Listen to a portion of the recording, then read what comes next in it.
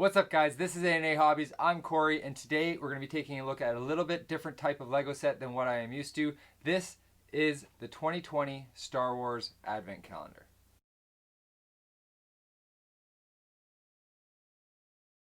So this is the very first Advent Calendar I have ever had the pleasure of purchasing. This is official Lego set 75279, comes with 311 pieces, is chock full of some really cool builds and some awesome looking minifigures, which is why I decided to pick this thing up.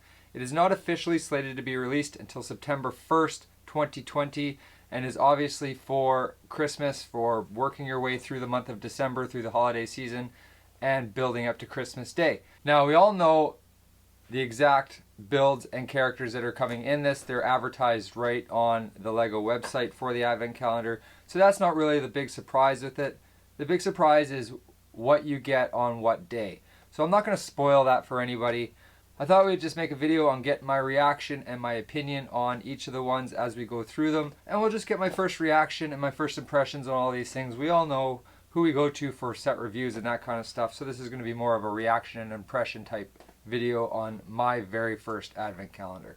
So taking a quick look at the front of the box here, you're going to have the official set number 75279, the amount of pieces, because it is a North American box. Down here in the bottom right hand corner, you're going to have Play It In, the Star Wars Saga game, which we've just recently found out is coming out in spring 2021. And in this box, we're going to find a 7-letter code to unlock a special character. It's going to show a lot of the builds here on the front of the box: the Razor Crest, TIE Interceptor, and XWing. Poe in an ugly Christmas sweater with BB-8 on the front there. A Darth Vader with an ugly Christmas sweater. Just your standard Rey, a Stormtrooper. Got a nice Tauntaun over here I'm a little excited about seeing. A Gonk Droid, and just them having a bunch of fun in a nice snowy environment. Swinging this around and taking a quick look at the back of the box, I think they did a wonderful job at setting it up to kind of show you how the box functions. You're going to find some of the builds back here that we didn't find on the front, and kind of just the way everything works. You fold this down, it stands up on its own. As you open up your panels, you're going to find your instructions on the inside of each panel door to build whatever mini build is in there, which I really think is neat. Opens very nicely and shows a nice little piece of art here with the Millennium Falcon draped in Christmas lights, and I think it would just, really look good over the month of December, having this sit there and working through every single day of the month, making your way to Christmas Eve down here, December 24th.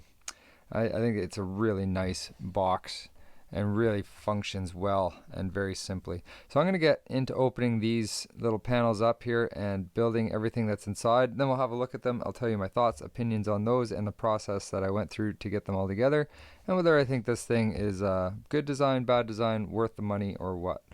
Alright, and there we are, all 24 little mini builds that came out of the calendar. 6 minifigures. Got 1, 2, 3, 4, 5 droids, a Porg, a Tauntaun, a couple landscape things, and a swack load of vehicles. And Darth Vader's castle back there. So I'm going to tell you my thoughts and opinions on every single one as we go through them. Some of them are just filler for me. So characters that I wasn't too impressed on that we won't spend a lot of time is going to be Luke. He's just kind of your standard Luke. You're going to get another Sith Trooper here, which is cool because at least you can add these to your armies if that's what you're doing. One thing I noticed is it does come with the old clone style head and face. Not a big deal, just your standard Sith Trooper. You're also going to get one of your run-of-the-mill Stormtroopers with the new style molded helmet. He does come with the old style clone face, but again, at least it's a minifigure that you can throw into your army if you're an army builder, and he's going to fit right in. This one's everybody's favorite marketing employee, Dio. He is your standard one-piece, one-world Dio there, same as you get in everything else, but he just comes with this little Christmas hat. Christmas hat's a nice addition. You can add that to whatever you want and use it. And some other things, I think that could be a pretty useful piece. Then we got just another battle droid here. Again, just a figure that you could throw in with your army if you're an army building, but he's no different than every other battle droid that we have gotten in the past. So won't spend a lot of time on him. So we have our ugly Christmas sweater Poe Dameron here. He is just a run-of-the-mill Poe Dameron when it comes to his hair, face, and the pants are just plain dark red pants. But where it really shines is in the torso print. You're going to have BB-8 there on his sweater. Comes with a little mug and a standard gun. But that BB-8 torso is very nice. Back printing here just shows more of the same on the front without BB-8. And we have the star of the show here is our Darth Vader. He is going to come with the standard 2-piece helmet, the standard face that we see with Darth Vader all marked up and burned up after his battle on Mustafar. He comes with some printed legs there and one of the harder kind of fabric-y capes. He does have some back printing, same as Poe Dameron, just in a different color. And where this character really shines is in this torso print. You're going to find the Death Star there in the middle of his Christmas sweater, which I just think is fantastic. That's a great minifigure, and pretty much the reason why I wanted to pick up this advent calendar, because how can you go wrong with a Christmas sweater with a Death Star on it? I want one. And moving into our buildable character figure things here, we got our Tauntaun. I had high hopes for this thing, and they kind of lost me there in the middle with this whole 1 foot apparatus thing. The outside looks good from the side. I think it looks really good from the side, which is the angle you see it on the box. But when you look at it at the front, it just loses me here. But nonetheless, that's your Tauntaun. Neat little build. Amazing what you can do with just a few pieces. Here we have our buildable Gonk droid. I think they did a really nice job making him a little bit Christmassy with the top hat and the green arms with the carrot in the nose. Kind of makes him look like a snowman a little bit. Love how they did the legs with the feet down here and the rounded 1x2s. That looks really good. It's my very first Gonk droid, and I have to say I'm very, very happy with it. And the star of the show for me, coming out of this calendar for figures and buildable kind of characters, is this pit droid. I think this thing just blew me away. I think it's 12 pieces, and what they were able to do with about 12 pieces is absolutely phenomenal. This is the first time I've seen a pit droid in Lego form, obviously from episode 1, the little droids that work on Anakin Skywalker's pod racer. I don't think we've seen them very much, going off of what M&R said in his review of this set, but I'm super glad I got this, and it really shines through. They did an amazing job capturing this in Lego. Here we have our Hoth shield generator. This was a really neat build because it was kind of all built sideways, and you just have those rounded 2x2s sticking up halfway there to show the 4 things for the shield generator, which is highly more accurate than the one that we saw in the UCS set. So this was really, really cool. Really enjoyed the fact that you built it sideways. Next here we have our Lars homestead, or the house that Luke grew up in on Tatooine. This thing was really, really cool. Loved how they did it. Really did a great job capturing it in micro form. This piece here adds so much to the set, kind of brings it to life. And just these round openings, making it really look like it's a sand igloo or whatever they were in Star Wars that they lived in. But they did an excellent, excellent job of capturing this. Here we have our droid command ship. I don't believe I've seen a set that actually is based on this ship yet in Lego. I've seen a few mocks that are really, really cool, but I don't think we have an official Lego set. So hopefully this is a hint that we may be getting one in the near future. This is the main control ship for when the Clone Wars was going on, and these control all the battle droids and such for the Separatists. Here we got a micro version of Darth Vader's castle, and they did a great job on this, even getting the lava down here with this trans orange piece. Great proportions here with the 2 peaks coming up the side. I think this whole thing is about 9 pieces. When I was putting it together, I was just like, wow, I can't believe what you were able to do with 9 pieces. And this is what makes me really appreciate Lego to the fullest. It actually does come with this really micro Darth Vader's Interceptor TIE Fighter thing. It's basically just 3 pieces with these 2 clip pieces and a pair of binoculars, but it does actually pull it off, and this is the kind of stuff that really amazes me. We did get a Porg.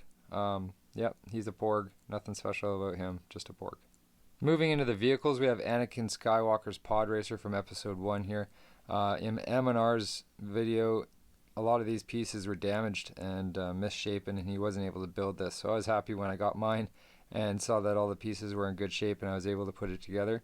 Again, they did a nice job with some simple pieces capturing the idea. Obviously you're not going to get too accurate with little micro builds like this, but they do an amazing job with actually getting the point across with what they're using. Here we have our little TIE Interceptor. This thing was really kind of neat. They didn't really do a great job in capturing it. The cockpit's a little round and kind of funny, but it does get the point across. I guess it was a nice little thing to put in there.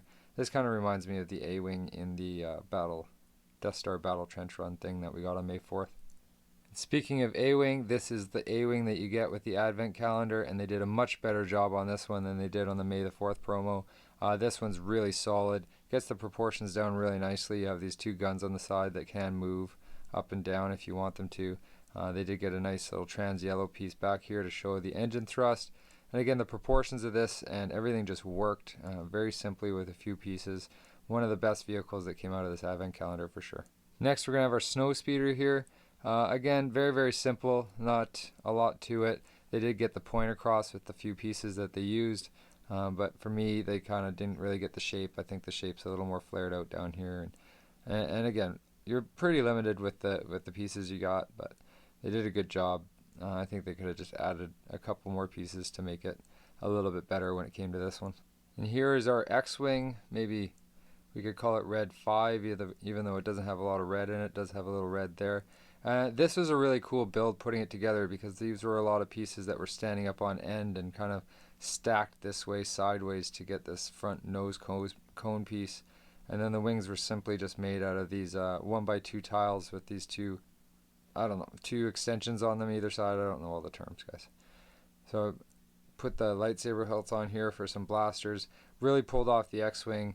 One of the better vehicle builds in this set for sure. When I first opened this one up, I thought I was building the Tantive 4, but it turns out it doesn't have the front cockpit here like the Tantive 4 does, so it is the Republic Transport Frigate. I was at a little bit of a loss when I was putting this together, didn't really know what it was, kind of had to look it up. And this is probably my least favorite vehicle out of them all. It just didn't really do it for me. It kind of looks funny from all angles, and yeah, not a huge fan of this one, and it was the first one that I opened and built. So that was just kind of starting off on the wrong foot with this calendar thing, but it did get better as it progressed. Coming down to our last couple of days out of this 24-day advent calendar, we have our Millennium Falcon. And this thing, it was very hard to follow with the instructions. There's a lot to do that they jammed into a little area, and you really kind of had to look at it. This top piece right here, symbolizing the turret up top, on the picture was turned the other way.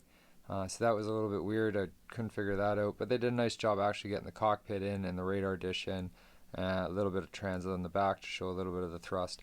It is a little bit of a flat Millennium Falcon, but again, what are you going to do? I guess you'd need quite a few more pieces if you wanted to build this area up. Not a huge fan of this one. It was difficult to put together. I wouldn't want to put that in the hands of a 6-year-old to get it to figure out, because I felt pretty silly knowing it was a 6+ set, and I was having a lot of trouble with this one. And last but not least, in our 24-day advent calendar, obviously not in order, was the ship that I was looking forward to the most, probably in anticipation to the actual Razor Crest itself arriving in the next few days. This one, the proportions are a little off. I think it's a little skinny. Razor Crest tends to flare out a little bit more back here, has a little more meat and potatoes. Again, you're into micro scale here, and you can only capture so much with the pieces that you got, but they did do a nice job in getting this cockpit kind of rounded off with these trans clear pieces and that flat 1x1 tile. These guns do have some movement to them, and the two engine pieces up here, they did a nice job replicating those with some simple studs from some mosaics and a cone piece back here. I have to say I was hoping for more, but I'm not hugely disappointed with this. It wasn't too bad. So there it is. There's your 2020 Star Wars Advent Calendar. I think it's pretty good value. You do get some nice minifigures and some really nice buildable figures. I really do like the idea of making your way through the entire month of December and having something small to build every single day. I'm not huge on feeding my kids chocolate every single day, so this is a great thing. I think they'll both be getting Lego Advent Calendars for Christmas. I know they make a Harry Potter one and a Lego City one, and my kids are both into those, so I'll probably end up picking those up for them. But for me, this is a great addition. I want to thank you guys for sticking with me through this video. If you're interested in the 7-letter code to unlock the special character in the Star Wars saga, it is Life Day, Lifeday, Life Day. That is it. I want to thank every single one of you again. I appreciate all your support. Hope you enjoyed my opinions and thoughts on the 2020 Star Wars Advent Calendar. Thanks, guys, and we'll catch you on the next one. See ya.